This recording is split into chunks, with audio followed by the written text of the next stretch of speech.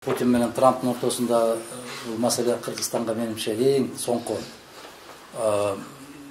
мындай бир залакасын тийгизе турган маселе. Бирок экинчи жагынан караганда бул өтө чоң дүйнөлүк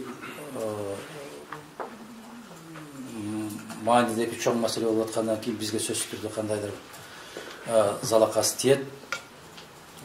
Мен терең ишенимде ушундай. Баягы бирин-бири коркутуп барып анан артка кетишет. Дипломатиялык жол менен чечели деп чечтик дегендей деңгээлге барышат. Себеп бул тирешүүдөн ута турган киши болбойт. Эч кимси утулбайт. Ошондуктан бир тарап айтпасын, бизде керемет деген ракетабыз бар, экинчи тарап айтпасын, ал ракетаңды керек болсо мен чек арадан өткөрбөй уруп салам деген болбойт. Андай болбойт. Ошол дипломатиялык жол менен гана чечилиши керек. Тирешүүгө барбашы керек. Баягы эки дөй кагышса ортодо чүрмөлөт дегендей болуп, бейкүнөө мамлекеттер себеп ал эки мамлекеттин ичине кирбегенден кийин ал жакта ар кандай тирешүүлөрдү өткөрүүгө болбойт.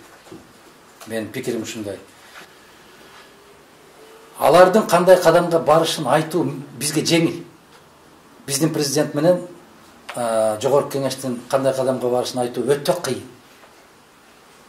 Себеп логика жок да бизде. Логика жок. Бизде бир мыйзам ченемдүү саясат жүрбөйт. Койдос каттуу кетип калыптырбыз эми деп койсо ишиң бүттү. Божомол берип отура бересиң жанагы серепчилердей болуп алып.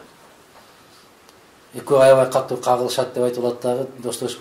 Бирок экөө кагылышпай кайрадан тил табышканы биздин мамлекет үчүн жакшы болду дешип сүйлөй берет. Эч маселе жок. Шайыр туурабы? Өзүң уяласың бер жактан отуруп. Ана бүгүн дагы серепчилер айтты, кандай болушу мүмкүн десе, ал тараптан бир тараптан кечеле 31-нде маалымат жыйын өткөргөндө сиздин кайра келишиңиз, саясий аренага чыгышыңыз менен бизди аябай кубандырдыңыз деген баягы себет көтөргөндөр бүгүн үндөрү өзгөрүп калыптыр. Кеткенден кийин биротоло кетип эле тоскоолдук кылбай койсо жакшы болмок дегендей болуп.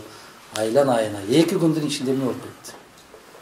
Ошондуктан ачуубу, таттуубу, жагабы, жакпайбы саясатчы деген бир позицияда турган жакшы. Убактылуу соккуга уруласың, убактылуу сени түшүнбөйт, бирок баары бир тарых алдында такталасың.